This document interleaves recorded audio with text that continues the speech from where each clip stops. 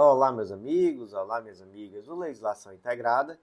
Aqui quem fala é o professor Bruno Valente. Nossa conversa de hoje é sobre o informativo de número 801 do STJ. Antes de começar aquele convite, se inscreve no nosso canal, seja no Spotify, Deezer, Apple Podcasts, Google Podcasts ou no YouTube, e ativa o sininho para ficar sabendo sempre que tiver novidade. Nos segue também no Instagram, @legislação_integrada, com conteúdos diários, muitas novidades e o mais importante de todos os convites, acesse legislaçãointegrada.com.br e vem conhecer o Clube da Lei, o clube de membros que dá acesso a todos os materiais de lei seca e jurisprudência do Legislação Integrada e a mais de 100 planos de leitura, tudo que você precisa para um estudo completo, atualizado e organizado de lei seca e jurisprudência. Conhece também o Mapa do Aprovado, curso que te ensina a estudar. Com ele você aprende a organizar um plano de leitura 100% focado na sua realidade, com muita autonomia e estratégia. E vem também conhecer a Editora Integrada, você vai ver que publicar aquele livro é mais fácil do que você imaginava. E muitas vezes pode ser um TCC, uma monografia, um texto que você já tem ali na gaveta e que vai fazer uma diferença muito grande em uma futura prova de títulos. Meus amigos, sem mais delongas, vamos para o primeiro julgado do dia, que é da primeira turma do STJ.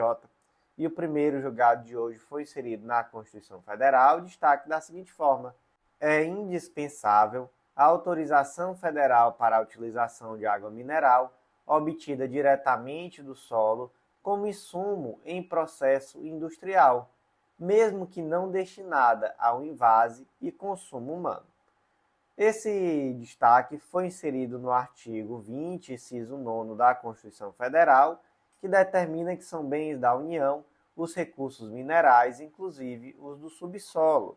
E aqui, gente, tratamos de todo um regramento que passa, por exemplo, pelo Código de Minas, Decreto-Lei 227 de 97, pela Lei 13.575 de 2017, e pelo Código de Águas, especialmente, Decreto-Lei 7841 de 45. Toda essa normativa vai tratar sobre o processo de fiscalização e autorização de exploração de água mineral. E aí vem a questão. Nesse caso concreto específico, essa água que estava sendo extraída não era utilizada para consumo humano, não era envasada, por exemplo, não era utilizada em um processo de produção de alimentos, nada disso. Era uma água utilizada exclusivamente como insumo de produção industrial. Por conta disso, a empresa sustentou que não seria necessária essa fiscalização, essa autorização, já que não estaria em risco aqui a saúde humana. Mas chegou-se à conclusão de que essa fiscalização e análise da água não tem relação somente com a saúde humana, com a tutela da saúde humana, melhor dizendo, mas também com o resguardo de interesses da União ao bem natural, já que a água mineral ela é de propriedade da União. Como vimos, são bens da União os recursos minerais, inclusive os do subsolo. Então, nessa fiscalização, também existe aqui um resguardo dos interesses da União no bem natural e aqui respeitando, os imperativos da predominância do interesse público sobre o particular e do desenvolvimento no interesse nacional. Então, como é que ficou aqui o destaque? É indispensável a autorização federal para a utilização de água mineral obtida diretamente do solo como insumo em processo industrial, mesmo que não destinada ao invase e consumo humano. Próximo julgado do dia é da segunda turma do STJ, foi inserido na Lei Complementar 101 de 2000, Lei de Responsabilidade Fiscal, destaque da seguinte forma: cabe à administração verificar o preenchimento dos requisitos para promoção por ato de bravura de oficial dos quadros da carreira militar, sendo indevida a suspensão do processo administrativo motivada na situação econômica do Estado. Olha só, gente, vamos lá. O artigo 22, parágrafo único, inciso 1, da Lei Complementar 101 traz que, se a despesa total com pessoal exceder 95% do limite, serão vedados ao poder ou órgão inserido no artigo 20 que houver incorrido no excesso. Então, será vedado aqui, inciso 1, concessão de vantagem, aumento, reajuste ou adequação de remuneração a qualquer título, salvo derivados de sentença judicial ou de determinação legal ou contratual, ressalvada a revisão prevista no inciso 10 do artigo 37 da Constituição. Mas aí, gente, na interpretação desse dispositivo, foi fixada uma tese repetitiva, que é o tema 1075. Essa tese nos ensina que é ilegal o ato de não concessão de progressão funcional de servidor público quando atendidos todos os requisitos legais, a despeito de superados os limites orçamentários previstos na Lei de Responsabilidade Fiscal, referentes a gastos com pessoal de ente público, tendo em vista que a progressão é direito subjetivo do servidor público decorrente de determinação legal, estando compreendida na exceção prevista no inciso 1 do parágrafo único do artigo 22 da Lei Complementar 101 de 2000. Ou seja, apesar desse ente não poder, por exemplo, conceder aumento de vantagem, aumento de remuneração, quando ele passa dessa despesa total que está prevista na lei, ele não vai poder deixar de conferir aos seus servidores a mera progressão funcional que está prevista em lei. Então, se esse indivíduo já preenche os requisitos de progressão funcional, ele vai progredir. E não pode o Estado simplesmente dizer que está passando por dificuldades financeiras e, por isso, esse servidor que tem direito subjetivo à progressão não vai poder progredir na carreira. Não, isso é vedado. Nesse caso concreto, especificamente, o tema repetitivo 1075 é aplicável, apesar de existir aqui uma peculiaridade. Porque o indivíduo, ele é bombeiro militar e ele teria os requisitos para promoção por bravura. Essa promoção por bravura, ela é um ato discricionário da administração. Mas acontece que essa promoção por bravura, apesar de ser discricionária, ela foi negada por uma questão financeira. Então, lá no processo administrativo de concessão dessa promoção, se disse, olha, você preenche os requisitos, mas o Estado está passando por uma situação econômica difícil, por isso você não será promovido. Gente, se trata aqui de uma justificativa plausível? Não, não se trata. Então, o motivo aqui é ilegal. A partir do momento em que se afirma que esse indivíduo preenche os requisitos para a promoção, não é possível deixar de promovê-lo sob o argumento de inviabilidade orçamentária. Então, como é que ficou aqui o destaque?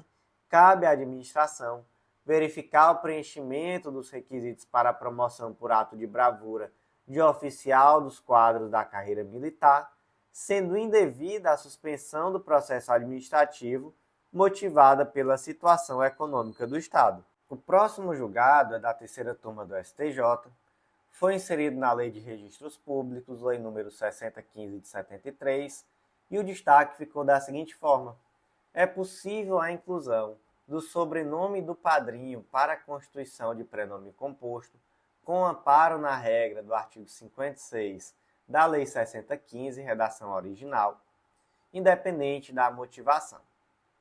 Gente, sobre a alteração do prenome, nós tivemos uma modificação muito importante lá no ano de 2022, com a Lei 14.382 de 2022.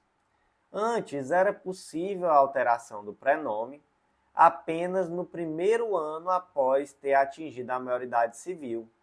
E essa tinha que ser feita judicialmente. Aqui, né, lembrando que a alteração imotivada. Então, por exemplo, meu nome é Bruno, não gosto de Bruno, eu acho que meu nome devia ser Enzo, um nome mais jovial. E aí eu teria o primeiro ano após completar 18 para propor judicialmente a modificação do meu nome para Enzo. Não propus, prazo decadencial, acabou, já não posso modificar emotivadamente meu nome. Mas com a Lei 14.382, eu já posso a qualquer momento da minha vida virar Enzo. Então, eu agora, a qualquer momento depois dos 18 anos, depois da maioridade, eu posso modificar meu nome de forma, ou melhor, meu prenome, de forma imotivada. E inclusive extrajudicialmente. Mas aí extrajudicialmente eu só posso uma única vez e a desconstituição dependerá de sentença judicial. Então eu posso ir ao cartório e dizer, troque meu nome aí para Enzo e tudo certo. Agora, se depois eu quiser voltar a ser Bruno ou virar Pedro, aí só judicialmente. Nesse caso concreto, se trata de uma ação que foi proposta ainda sobre a égide da lei antiga, mas foi proposta no prazo decadencial. Então o indivíduo ele fez 18 anos e propôs a ação antes do aniversário dele de 19 anos, digamos assim. Suponha que o nome completo dele era Bruno Farias Valente, mas ele tinha um padrinho que ele gostava muito, ele tinha um grande laço afetivo com esse padrinho, e o sobrenome do padrinho dele era Lima. Imagina que o sobrenome do padrinho dele era Lima. E ele disse, olha, eu queria alterar o meu prenome para Bruno Lima Farias Valente, em homenagem ao meu padrinho. Repare que ele não está querendo alterar o sobrenome dele. O sobrenome dele continuaria sendo Farias Valente. Acontece que o prenome dele seria Bruno Lima, um prenome composto. É estranho, porque Lima é um nome que tradicionalmente é um nome familiar. Mas nesse caso concreto, ele queria inserir como um prenome composto. Bruno Lima, sobrenomes Farias Valente. Pergunta-se, isso é possível? Gente, tanto sob a égide da lei anterior, quanto sobre a égide da lei atual é possível, com a diferença de que, pela lei atual, é possível a qualquer tempo, inclusive extrajudicialmente. Pela lei anterior, só seria possível dentro desse primeiro ano após atingir a maioridade. Lembrando que não precisa de motivação. Então, isso de dizer que é para homenagear o tio é floreio. O que ele não poderia, o tio não, padrinho, desculpa. O que ele não poderia era modificar o sobrenome dele para homenagear alguém. E aí existe jurisprudência já bem sedimentada nesse sentido. O sobrenome, o nome familiar, ele em regra é imutável, ele tem o objetivo de reconhecer aquela pessoa como membro de um núcleo familiar e também de impedir homônimos ou reduzir o número de homônimos. Então não é possível, via de regra, essa modificação, e nós temos aquelas exceções nos casos em que o sobrenome, da forma como está disposto, pode levar a alguma situação constrangedora. Vamos imaginar, por exemplo, logo quando eu me formei, essa é uma história um pouco engraçada, eu fui convidado para participar de um escritório de advocacia. E o sobrenome das 3 pessoas era Carneiro, Pinto e Valente. Então, quando nós pedimos para criar a logomarca, veio a logomarca do escritório Carneiro Pinto Valente. Então, imagina que seja uma pessoa cujo sobrenome seja Carneiro Pinto Valente. Então, nesse caso, eu acredito que seria uma situação em que daria para justificar a modificação do sobrenome, nem que fosse para modificar a ordem, já que um sobrenome Carneiro Pinto Valente não seria de bom tom, digamos assim. Mas, enfim, nesse caso, o Bruno, no caso concreto, teve uma sacada muito interessante. Ele trouxe o sobrenome do padrinho dele como prenome. Então ele transformou o nome dele, o prenome dele, melhor dizendo, em um prenome composto. Então tudo certo, perfeitamente possível, independentemente da motivação. Como é que ficou aqui o destaque do julgado? É possível a inclusão do sobrenome do padrinho na constituição de prenome composto, com amparo na regra do artigo 56 da Lei de Registros Públicos, redação original, independentemente de motivação. Próximo julgado do dia, inserido no Estatuto da Pessoa Idosa, Lei número 10741 de 2003, destaque da seguinte forma: o Ministério Público possui legitimidade para propor ação civil pública que trate de contrato de honorários advocatícios abusivos, quando houver litigantes hipossuficientes e repercussão social que transcenda a esfera dos interesses particulares, como nos de benefícios da Previdência Social. Gente, imagina, por exemplo, um escritório de advocacia que atua na área de direito previdenciário, que tem uma atuação muito forte em alguma área, muito pobre, onde tem muita gente idosa. E aí esse escritório pega ali os clientes, capta os clientes nessa área, propõe ações, muitas vezes BPC-LOAS, idoso, pessoa com deficiência, etc. E na proposta de honorários traz o seguinte: se essa ação for procedente, o escritório de advocacia vai ficar com todo o retroativo que vier do seu benefício e você vai receber seu benefício dali para frente. Ou mesmo alguma cláusula até mais abusiva do que isso, de ainda pegar ali algum valor referente ao benefício que venha dali para frente, algo do tipo. O Ministério Público percebe essa situação, entende que ali existe uma situação que está lesando o direito das pessoas idosas ali, hipossuficientes naquele caso, e propõe uma ação civil pública. Pergunta-se: o Ministério Público possui legitimidade para propor essa ação civil pública? Gente, sim. Fundamento, artigo 74, inciso 1 do Estatuto da Pessoa Idosa. Compete ao Ministério Público instaurar o inquérito civil e a ação civil pública para a proteção de direitos e interesses difusos ou coletivos, individuais homogêneos e individuais indisponíveis da pessoa idosa. Então, olha só, tanto para direito difuso quanto coletivo, quanto individual homogêneo, quanto individual indisponível. Então, como é que ficou aqui o destaque? O Ministério Público possui legitimidade para propor ação civil pública que trate de contrato de honorários advocatícios abusivos, quando houver litigantes hipossuficientes e repercussão social que transcenda a esfera dos interesses particulares, como no caso de beneficiários da Previdência Social. Próximo julgado do dia da quarta turma do STJ foi inserido no Código de Processo Civil destaque da seguinte forma: é nula a modificação ou alternância do meio de intimação eletrônica, portal ou diário eletrônico pelos tribunais durante a tramitação processual sem prévio aviso, causando prejuízo às partes. Então vamos lá, gente.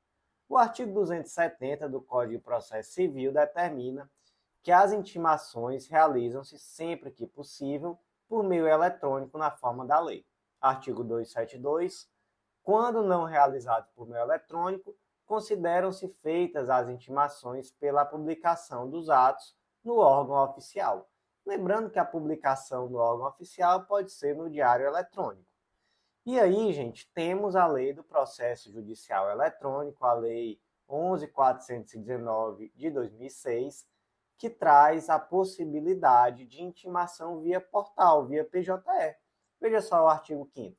As intimações serão feitas por meio eletrônico em portal próprio aos que se cadastrarem na forma do artigo 2º desta lei, dispensando-se a publicação no órgão oficial, inclusive eletrônico.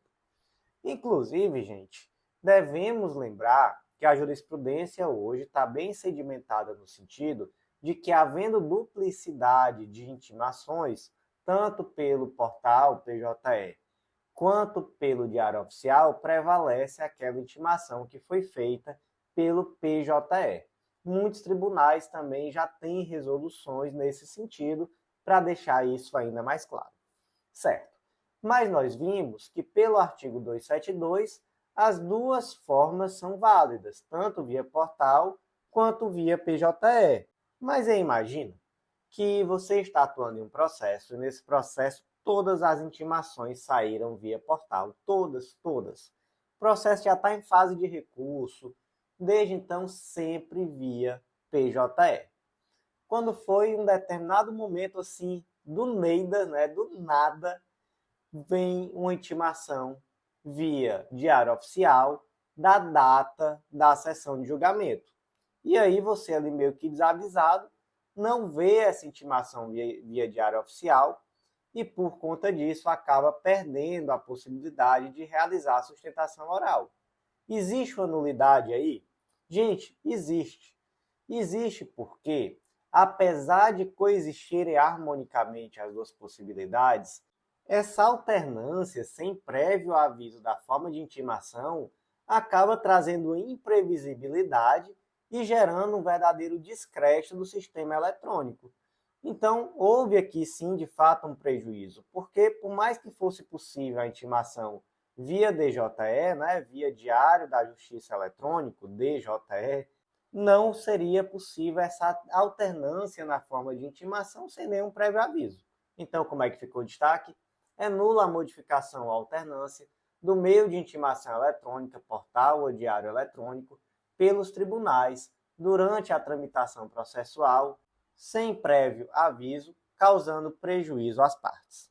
Próximo julgado de hoje é da 5ª turma do STJ, foi inserido na Lei de Drogas, Lei número 11.343 de 2006, destaque da seguinte forma: a apreensão e perícia da substância entorpecente é imprescindível para a comprovação da materialidade do crime de tráfico de drogas.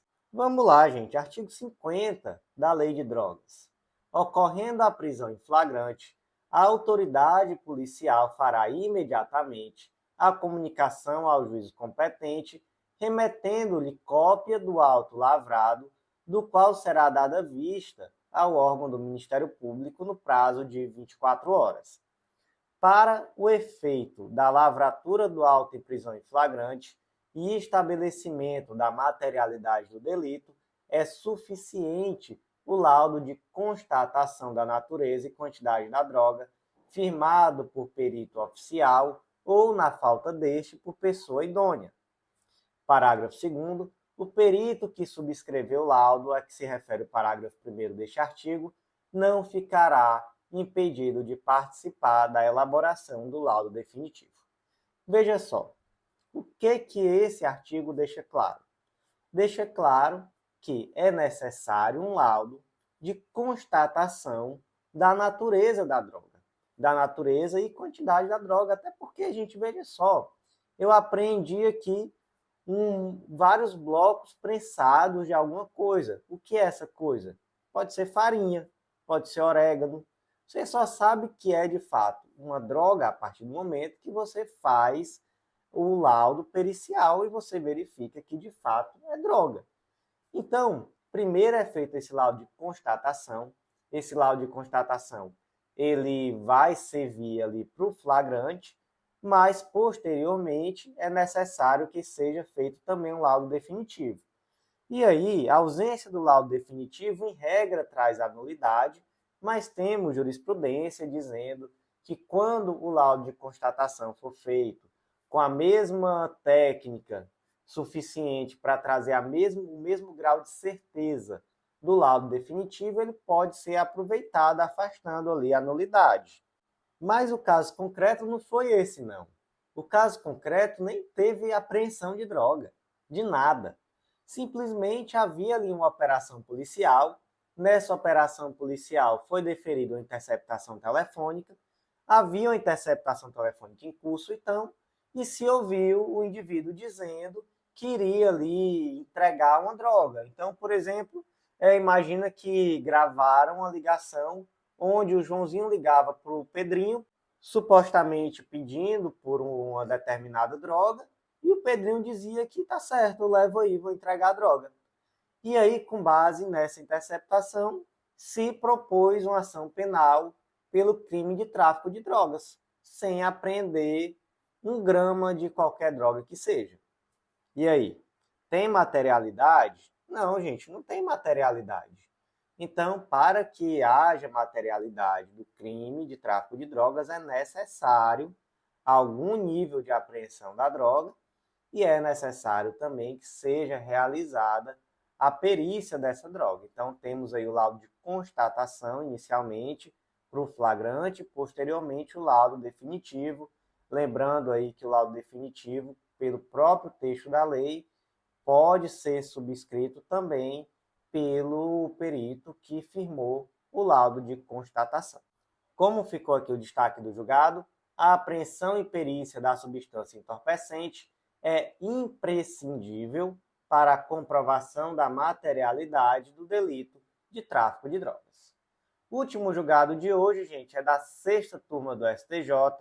Ele trata da resolução número 248 de 2020 do CNJ e ficou da seguinte forma: é dever do judiciário indagar a pessoa autodeclarada parte da população transexual acerca da preferência pela custódia em unidade feminina, masculina ou específica, se houver, e, na unidade escolhida, preferência pela detenção no convívio geral ou em alas ou celas específicas.